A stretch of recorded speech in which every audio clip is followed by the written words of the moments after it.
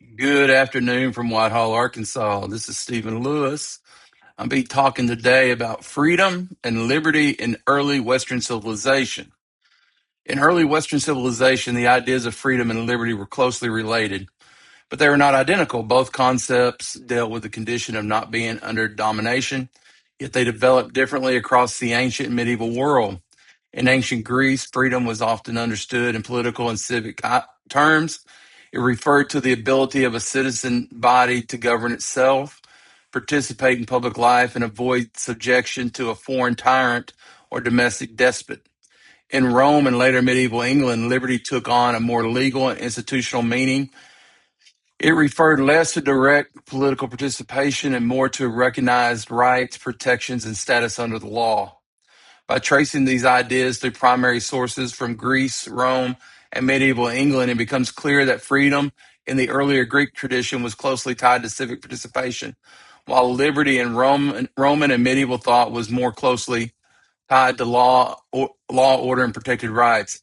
Athenian Greece provides one of the clearest examples of freedom as a political ideal, rooted in citizenship and public life. In Pericles' funeral oration, recorded by Thucydides, Athens is praised as a community in which citizens actively share in government and public responsibility. Pericles presents the Athenians as free because they do not live under arbitrary domination and because they participate in shaping the life of the polis.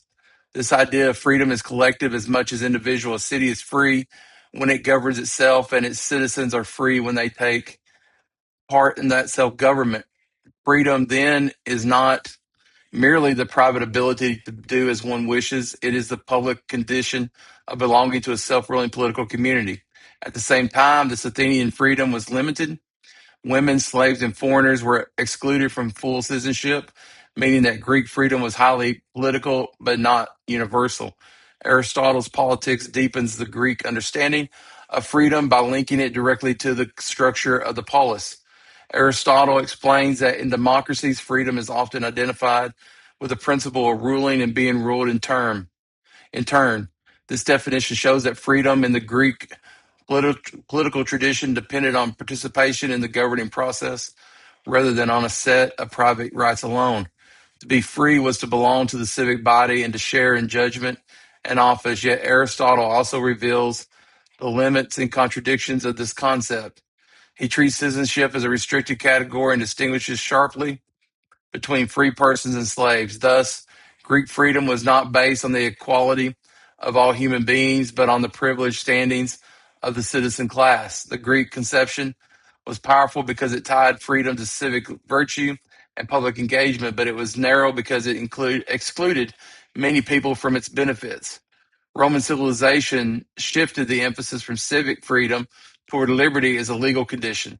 The 12 Tables, though an early and sometimes harsh legal code, show that Roman society placed increasing importance on law, procedure, and the formal regulation of rights and duties. Roman concerns centered on legal status, property, family, authority, debt, and the rules that govern relationships among persons in this world. Liberty was less about direct participation in public life than about one's standing under the law. This legal orientation became even clearer in the writings of Cicero. In On the Laws and on the Commonwealth, Cicero argued that true political order rests on justice and right reason. Liberty in this framework depended upon living within a lawful commonwealth governed by reason rather than by the mere will of rulers. Roman thought, therefore, connected liberty to the stability of institutions and the impartiality of law. The Roman legal understanding becomes especially clear in Justinian's Institutes. Their freedom is defined as a natural power to do what one believes unless prevented by force or law, and society is divided fundamentally between free persons and slaves. This definition is important because it frames liberty as a recognized legal status. A person is either free or unfree in the eyes of the law. This is different from the Greek emphasis on civic participation. In the Roman view, liberty could exist even in a large empire where most people did not directly govern. What mattered was whether one possessed legal standing, and protection. Roman liberty was therefore more formal and judicial than the participatory freedom emphasized in Greek political thought. By the medieval period, liberty became even more explicitly tied to legal guarantees and restraints on authority. The Magna Carta of 1215 is a crucial example. Rather than proclaiming universal human freedom, Magna Carta protects certain customary liberties and limits the arbitrary power of the king.